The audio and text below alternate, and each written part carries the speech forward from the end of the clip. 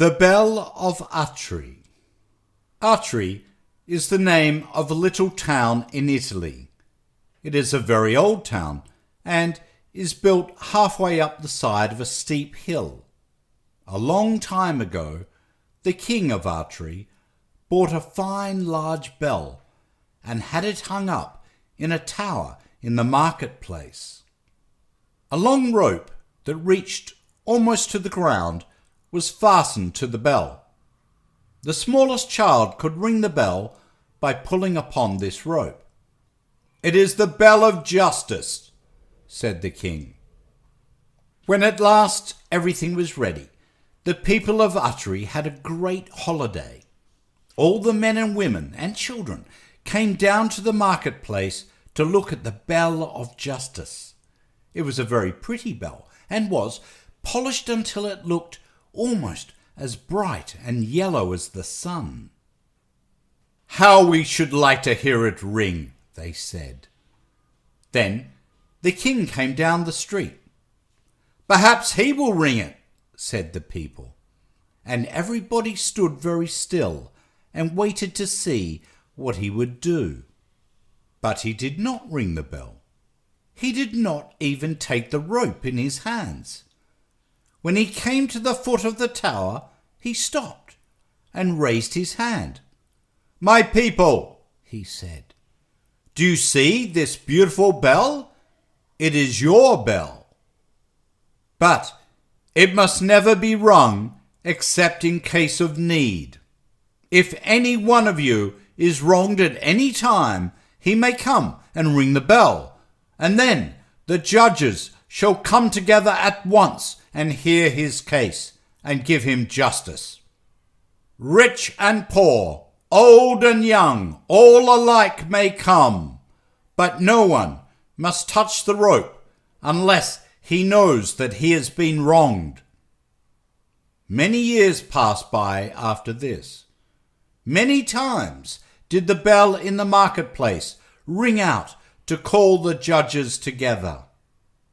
Many wrongs were righted. Many ill-doers were punished. At last, the hempen rope was almost worn out. The lower part of it was untwisted. Some of the strands were broken. It became so short that only a tall man could reach it. "This will never do," said the judges one day. "What if a child should be wronged? It could not ring the bell to let us know it."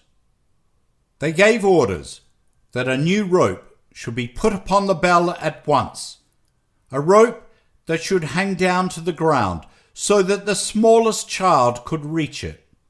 But there was not a rope to be found in all Atri. They would have to send across the mountains for one, and it would be many days before it could be brought. What if some great wrong should be done before it came?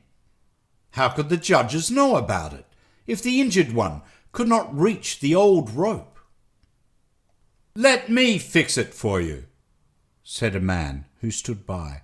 He ran into his garden, which was not far away, and soon came back with a long grapevine in his hands. "This will do for a rope," he said, and he climbed up and fastened it to the bell. The slender vine, with its leaves and tendrils still upon it, trailed to the ground. "Yes," said the judges, "it is a very good rope. Let it be as it is." Now, on the hillside above the village, there lived a man who had once been a brave knight. In his youth, he had ridden through many lands, and he had fought in many a battle. His best friend through all that time had been his horse, a strong, noble steed that had borne him safe through many a danger. But the knight, when he grew older, cared no more to ride into battle. He cared no more to do brave deeds. He thought of nothing but gold. He became a miser. At last he sold all that he had except his horse, and went to live in a little hut on the hillside. Day after day he sat among his money bags and planned how he might get more gold. And day after day his horse stood in his bare stall, half-starved and shivering with cold. "What is the use of keeping that lazy steed?" said the miser to himself one morning.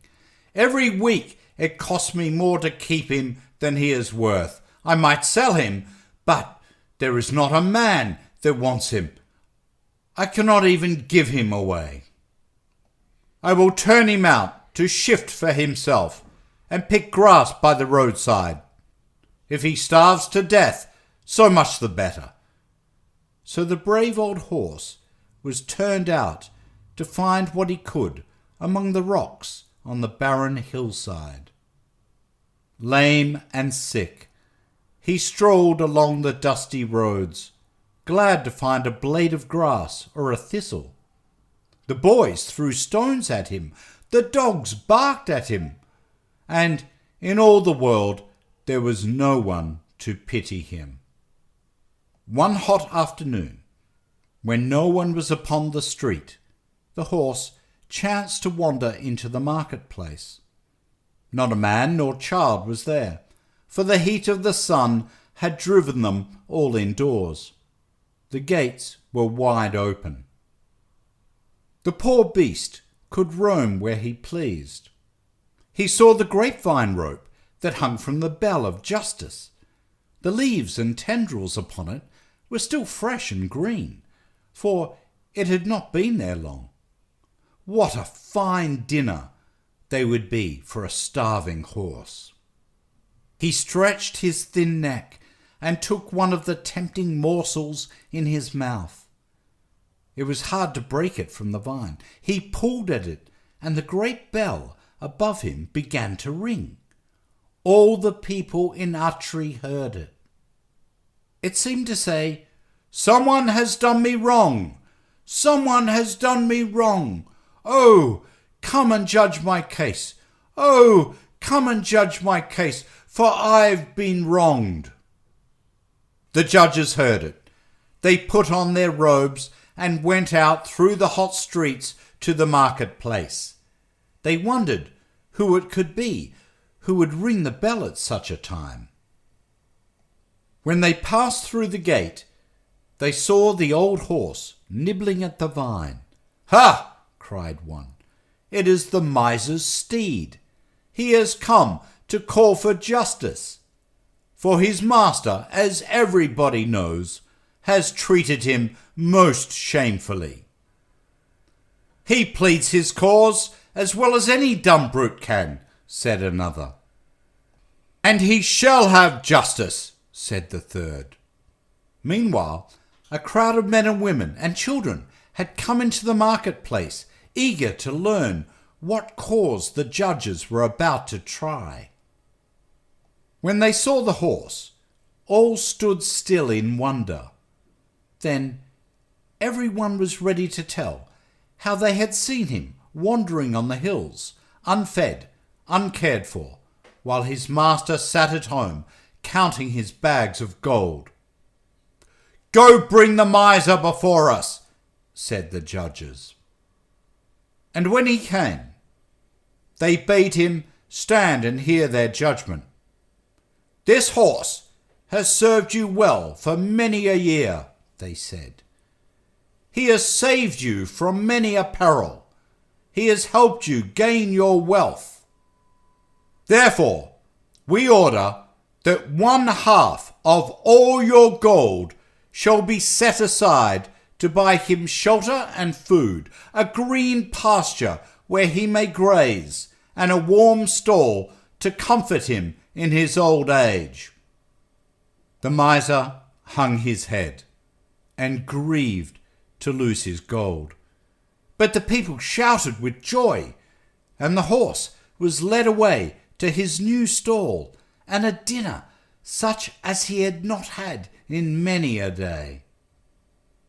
The end.